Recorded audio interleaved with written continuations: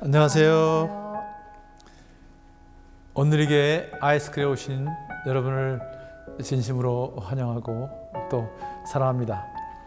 저희들은 이번에 성경적 가정관이라는 주제를 가지고 여러분과 함께할 김성묵. 네, 저는 일산공동체 한은경입니다.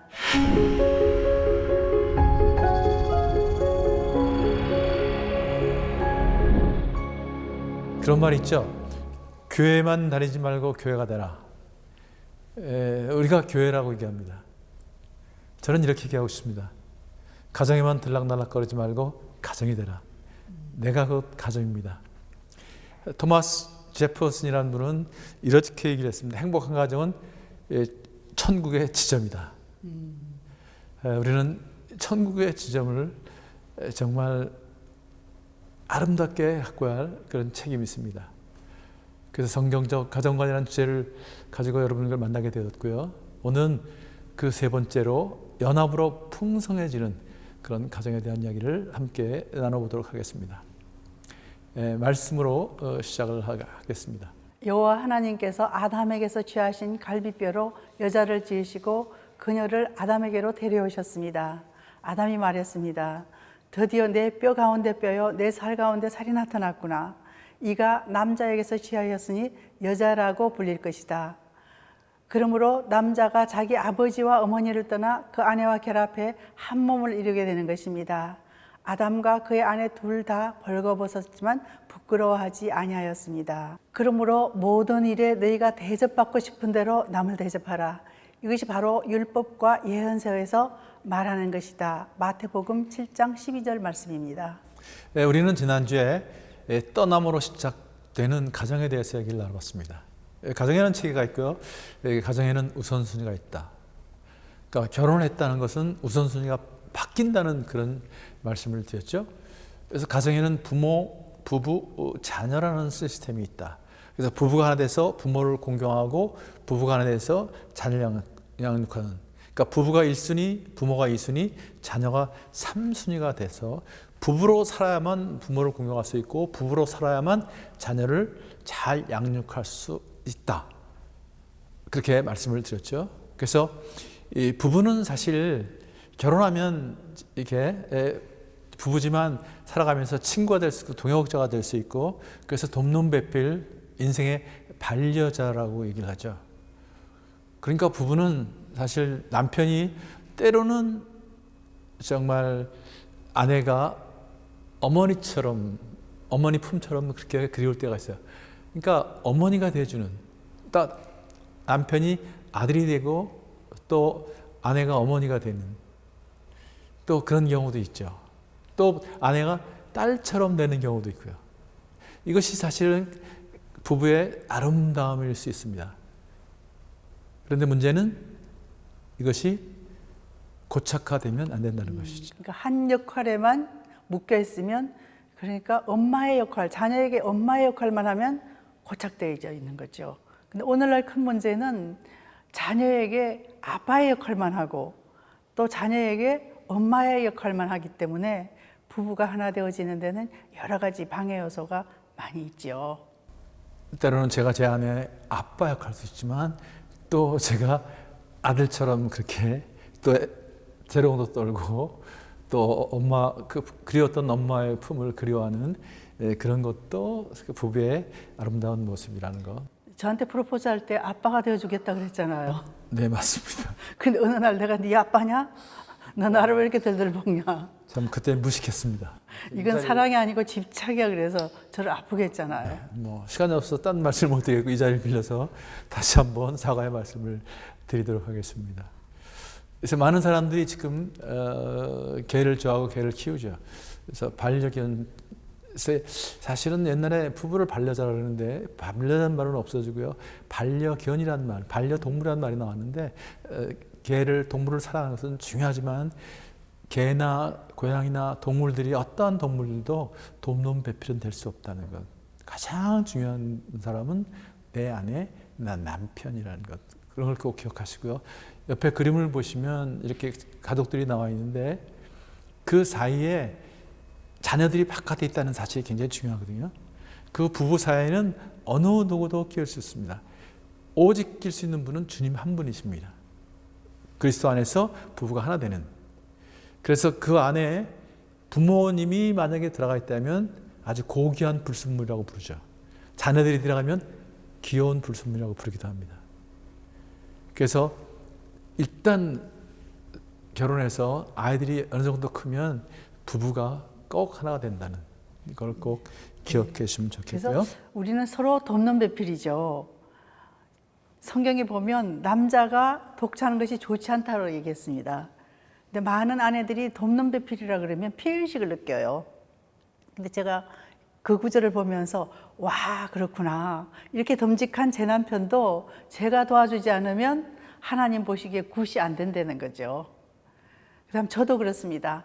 남편이 저를 도와주지 않으면 저는 성장할 수 없다는 거죠. 그래서 서로 도와서 상보적인 관계가 되어져서 정말 그리스도의 분량에 이르도록 성장하는 것이 부부죠. 네. 오늘은 연합으로 풍성해지는 가정에 대해서 나눠볼 텐데요. 많은 사람들이 연합이 어려운 것은 뭐냐면 부부가 갈등을 한다는 거예요. 그런데 그 부부의 갈등을 대부분 성적 차이로 얘기하거든요. 그래서 수업 탤런트 누구도 파경하면 꼭 나오는 얘기가 있죠. 돌이킬 수 없는 성적 차이로. 그런데 과연 성격 차이 때문에 그럴까요?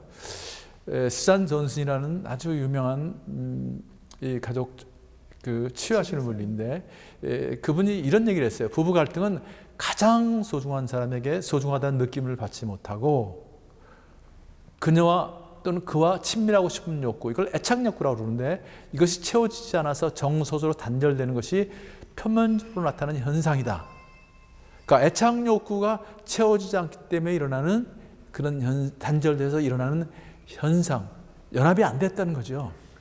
그런데 그 연합의 핵심에 그 애착욕구가 있었는데 그 애착욕구가 채워지지 않아서 결국 고립되는, 단절되는 그것이 나타나는 현상이 그것이 부부 갈등의 결정적인 원인이다.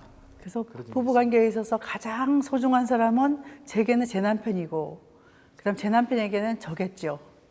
근데 여러분 가정은 어떠셔요? 가장 소중한 사람이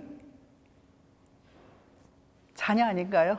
그래서 오늘 여러분들에게 이 관계가 얼마나 소중한가, 결국 연합이라는 것은 이 관계 속에서 이루어지는 거거든요. 이 관계가 얼마나 중요한가, 그 관계 방식에 대해서 나눠드리고 싶습니다. 제가 이걸 관계 방정식이라고 얘기하는데요.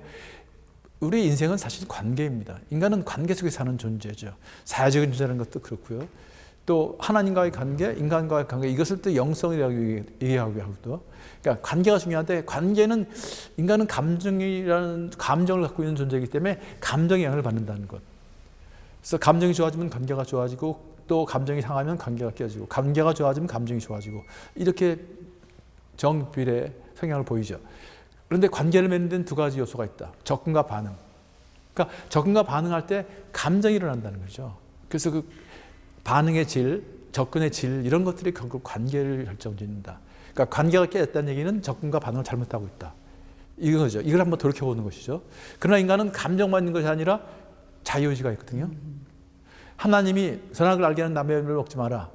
먹으면 죽는다. 이야기는 먹을 수 있는 자유, 안 먹을 수 있는 자유, 절대적인 자유를 줬다는 것이죠. 근데 인간은 결국 감정에 끌려가서 결국 그걸 먹고 맙니다. 그래서 사실은 자유를 잃어버린 것이죠. 이것을 우리는 죄성이라고 얘기합니다. 이 죄성 때문에 끊임없이 인간은 상처를 주고받죠. 또 이 죄성이 그 이기적인 것들이 이기적인 문화들을 만들어내죠. 잘못된 문화를 만들어내죠. 고정관념들을 만들어내죠. 사상들을 만들어내죠. 그래서 이 죄성과 상처, 문화 이런 것들 때문에 적절하게 반응하지 못하고 엉뚱하게 반응하고 격렬하게 반응하고 그래서 결국 관계가 깨어집니다. 그 세상을 고해라고 얘기하는 거죠. 그래서 모든 고등 종교는 이 문제를 다룹니다. 학문도 이거를 다룹니다. 어떻게 자유를 얻을 것인가. 그러니까 인간은 끊임없는 자유를 추구합니다. 지금은 요즘에 동성애 문제로 많이 얘기가 나와 있는데 참 조심스러운 문제지만 동성애가 결국 무엇일까? 이런 것도 한번 생각할 필요가 있죠. 네, 그래서 오늘날 큰 문제는 포스트 모더니즘의 영향을 받아서 개인의 감정을 지나치게 중요시 한다는 거죠. 그 내 감정, 우리의 감정이 없고 내 감정이기 때문에 그 동성애도 내 감정에서 내가 마음대로 하는 게 자유라고 하는데 그건 정말 자유가 아니고 방종이겠죠. 하나님은 천지 창조 안에서의 질서를 말씀하셨거든요. 천지 창조 안에서의 질서, 또 그 질서를 유지해야만 자유를 누릴 수 있다는 거죠. 여러분, 자유라는 게 뭐예요? 질서가 있으므로 자유가 있는 거 아니겠어요? 질서가 무질서 속에서는 자유는 없습니다. 방종이 있을 뿐이죠. 파괴가 있을 뿐이죠. 하나님은 그걸 말씀하신 거거든요. 그러니까 자유는 내가 하고 싶은 대로 하는 것이 아니라 내가 마땅히 해야 할 일을 하는 것, 또 하지 않아서는 안 되는 일들을 안 하는 것이 진정한 고차원적인 자유를 하나님께서 말씀하셨다는 거죠. 이것을 우리의 삶 속에서 한번 생각을 해보면요, 이것이 다 모든 문제가 바로 이 문제입니다. 사실요, 부부의 갈등, 연합의 문제도 이 문제거든요. 제가 그 아버지 학교에서 그 만난 이제 그 한 형제가 나와서 그런 얘기 하더라고요. 자기는 연애할 때 진주에서 근무를 하는데 어느 날 밤 갑자기 전화가 왔대요. 그래서 깜짝 놀라서 누구세요? 했더니 그 사귀던 자매가 전화를 해서 오빠 나야. 그래서 웬일이냐 그랬더니 배가 아픈데, 그래서 많이 아프냐 했더니 많이 아프다고. 그래서 누구 아는 사람 없어 주위에? 그랬더니 아무도 없다. 그래서 어떡하지? 조금만 참을 수 있어? 내가 그걸 갈게. 그리고 전화를 끊고서 이제 시계를 보니까 새벽 2시더래요. 옷을 주섬주섬 갈아입고 진주에서 서울까지 이분이 2시간 반 만에 달려왔답니다. 가능한 시간일까요? 불가능한 시간입니다. 그러나 그분이 2시간 반 만에 갔어요. 저는 믿습니다. 갈 수 있어요. 왜냐하면 연애할 때이기 때문에.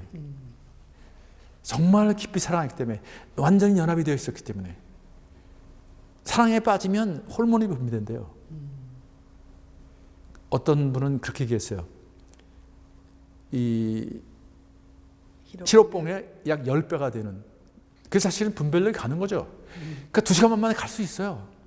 자, 2시간 만에 그 자매 앞에 딱 나타난, 그렇게 반응을 보인 이 오빠를 보는 순간 자매의 마음은 어땠을까? 오, 감동 그 자체죠. 그냥 눈물이 흘렀을 거예요. 그렇죠. 바로 이 오빠다. 맞아요. 이 오빠다.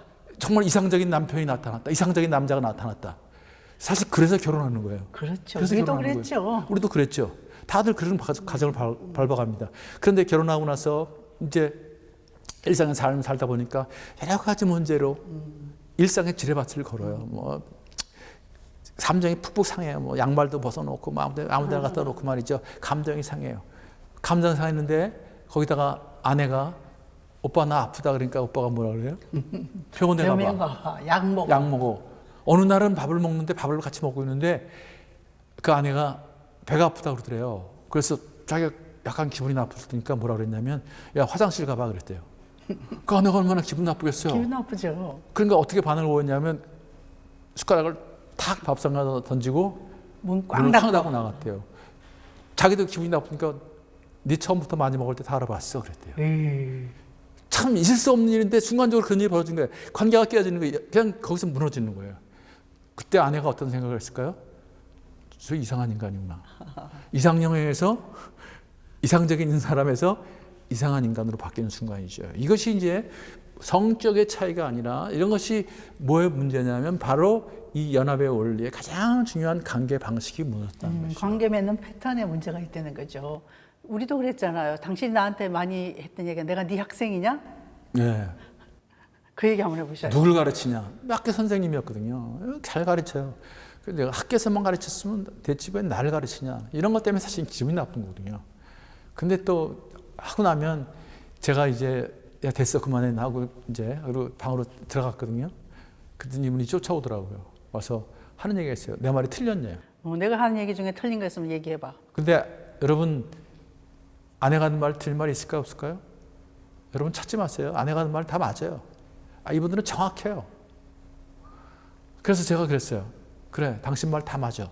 그런데 뭐가 문제인지 알아? 당신 말을 듣면 기분이 나빠. 감정이 상한다는 거죠. 감정이 상하는 거에 반응이 제대로 되겠어요? 그러니까 네가 오르냐 내가 오르냐 싸우다가 어느 날 순간부터 입을 다물어요. 너하고 얘기하면 자꾸만 내가 감정만 상하고 또 관계만 나빠지니까 내가 우리 가정의 평화를 위해서 참는다. 그리고 피하는 거예요. 그 피하면 우리는 어떠냐 하면 관심이 없고 버림받는다는 느낌이 들죠. 그러니까 여성들은 어떠냐 하면 자꾸 다가가죠. 그러니까 여성들이 가장 두려워하는 것은 버림받음에 대한 두려움. 남자들이 가장 두려운 것은 원초적인 두려움은 무시당한다는 거예요. 두려움. 그러니까 남자들은 무시당하기 싫으니까 피하는 거예요. 관계가 깨어지니까. 또 무시당한다는. 이제 그래서 점점 연합이 어려워지는 것입니다. 그런데 불화와 갈등이 심해지면 중요한 건 뭐냐면 감정은 점점 부정적 강한 을 벌인다는 거예요. 여러분 아내 여러분 남편하고 관계가 좋을 때, 감정이 좋을 때 여러분 남편이 밥을 맛있게 먹으면 기분이 좋으세요, 나쁘세요? 아니 좋죠. 그래서 더 먹어 하고 그렇죠. 뭐 생선도 발라서 주고 그러죠. 근데 감정이 상한데 남편이 밥을 맛있게 먹고 있어요. 그러면 기분이 좋으세요? 에이, 저게 식충인가 이런 느낌이 들죠. 그냥 꼴도 보기 싫어지는 거예요. 또 관계는 상호 경직이 됩니다. 벌거벗으나 부끄러워하지 않은 그런 아름다운 관계였다가 연애할 때는 별 얘기 다 해요. 예를 들면 뭐 손톱 까진 얘기도 다 뭐 그러면 자기야 나 손톱 까졌어 그럼 뭐 호흡 불러주고 말이죠. 뭐 약국에 가야 된다 별 얘기를 다 그 합니다. 사소한 것도 다 얘기하지만 관계가 어려워지면 아이고 내가 말 안 하고 말지. 그런 얘기를 하면 잘못하면 큰 상처를 받거든요. 그렇죠. 너 손 없냐? 이런 얘기 들으면 삶의 의미가 없어지거든요. 왜 그럴까요? 가장 소중한 관계이기 때문에. 그래서 그런 관계를 애착 관계라고 합니다. 인간은 이 요람에서부터 무덤에 갈 때까지 항상 이 애착 욕구가 있어요. 내 삶에 의미를 주는 관계, 또 애착 자체가 하나가 되고 싶어하는 애착 욕구가 있다는 것이죠. 그래서 우리 자녀들은 어렸을 때는 부모와 하나 되고 싶어 애착이 되어져야 되고, 그다음 결혼을 하면 부부가 애착이 되어지고 싶은 것이 아주 기본 욕구죠. 이 애착 관계의 속성에 대해서 좀 짧게 한번 말씀을 드리면요. 애착이 잘 되어야 비애착적인 행동이 활발해진다. 그러니까 부부간의 애착이 잘 돼야 남편은 집에 확장 가서 일하는 것이 즐겁고, 아내는 집에서 예를 들어서 뭐 설거지하고 빨래하고 밥 짓고 이런 일들이 행복해진다는 거예요. 네, 그렇죠. 아이들은 학교 가는 일이 행복해지고요. 근데 이제 제 문제는 어떠냐 하면 아버지와의 애착이 안 되니까 제 남편이 이건 사랑이 아니야 집착이 맞았어요. 그 남편에게 너무 지나치게 집착을 하니까, 그래서 출장을 가도 어떠냐 하면 늘 어떠냐 하면 그냥 불안한 거죠. 그래서 1차 애착인 부모와의 애착이 굉장히 중요하고, 2차 애착이 이제 또 부부 애착이 굉장히 중요하죠. 근데 부부 애착이 잘 되면, 부부가 연합이 되면 온 가족으로부터 받은 상처도 얼마든지 치유될 수 있다는 것을 우리가 꼭, 이게 사실은 복음입니다. 부부 애착이 잘 되면 남편은 직장에 집중할 수 있고, 아내는 모든 일에 의미가 있고 즐겁게 할 수 있다. 또 부부 애착이 잘 되면 자녀들이 안정을 강구한다는 거죠. 애착이 안 되면 무엇인가에 집착하게 되어 있다. 남편들은 뭐에 집착하게 될까요? 일에 집착하죠. 바깥일에 집착하죠. 바깥일에 집착하게, 세상에 집착하게 되죠. 아내들은 대개 자녀에게 집착하게 되어 있죠. 그래서 또 연합이 깨어집니다. 네, 그래서 저 애착이 안 되면 아내들 같은 경우에 자녀에게 집착하기도 하고, 그다음 놀랍게도 쇼핑 중독도 애착이 아니기 때문에 쇼핑으로 풀려는 경향이 있죠. 그래서 우리 남편들이 꼭 기억할 것은 뭐냐면, 애착은 뭘 먹여주고 이런 것들이 중요하지 않다는, 그것도 중요하지만 원숭이 실험에서 밝혀진 것이 뭐냐면, 애착은 포옹해 주는 것, 접촉해 주는 것, 그다음에 위안해 주는 것, 보살펴 주는 것, 이것이 애착의 가장 중요한 요소라는 게 밝혀졌어요. 그러나 남자들은 어떻게 해요? 내가 돈 벌어줬잖아, 좋은 집에 살게 줬잖아, 좋은 거 먹여줬잖아, 좋은 학교 보내줬잖아. 그런데 그것이 애착의 중요한 요인은 아니라는 것이죠. 그래서 우리가 꼭 이것을, 우리 남자들이 꼭 기억을 해야 합니다. 인간은 영적인 존재이기 때문에, 하나님부터 지음을 받았기 때문에 주님과 애착이 안 되면 세상에 집착하게 되어 있습니다. 그래서 꼭 우리가 주님과 애착이 되어야 하는 거예요. 그리스도 안에 있어야 하는 거죠. 내가 그리스도 안에 있어야 한다는 것이죠. 또 진정한 자유를 원한다면 우리가 주님과 깊은 애착이 되어 있어야 합니다.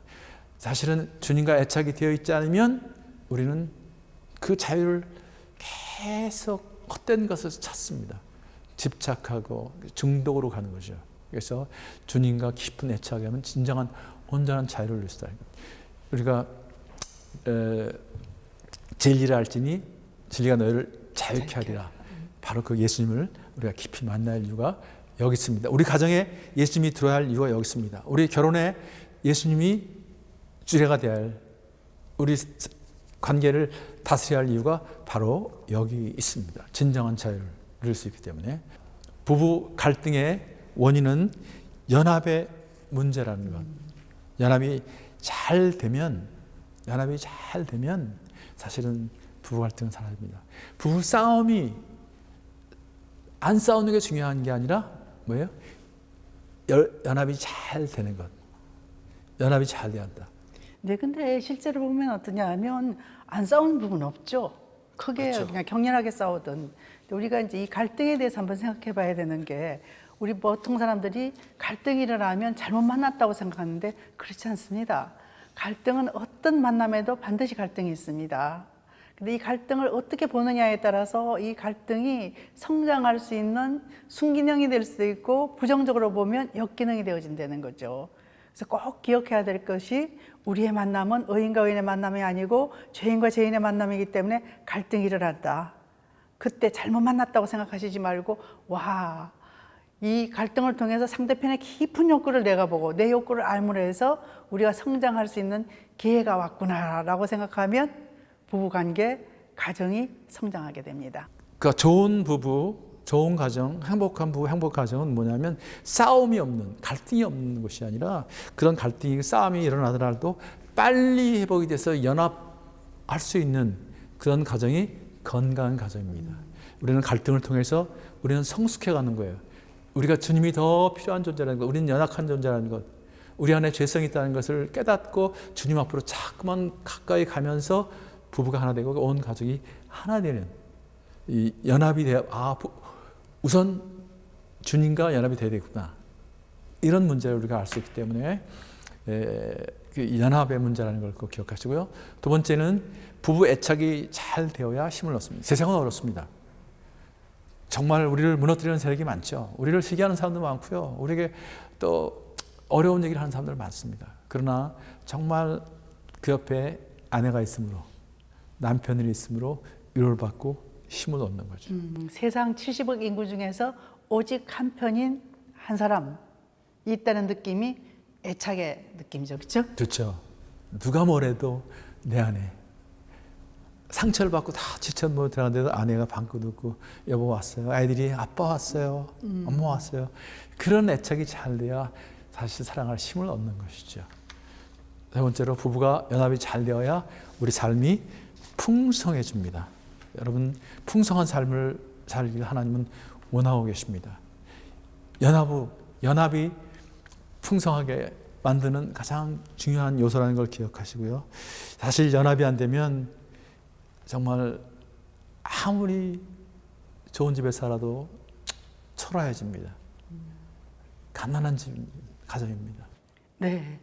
연합만 잘 되면 여러분 경제적인 문제도 부부가 연합되면 얼마든지 헤쳐나갈 수 있습니다. 경제적인 문제 때문에 가정이 깨지는 것이 아니고 연합이 안 돼서 그렇습니다. 퀴리 부인이 이런 얘기를 했어요.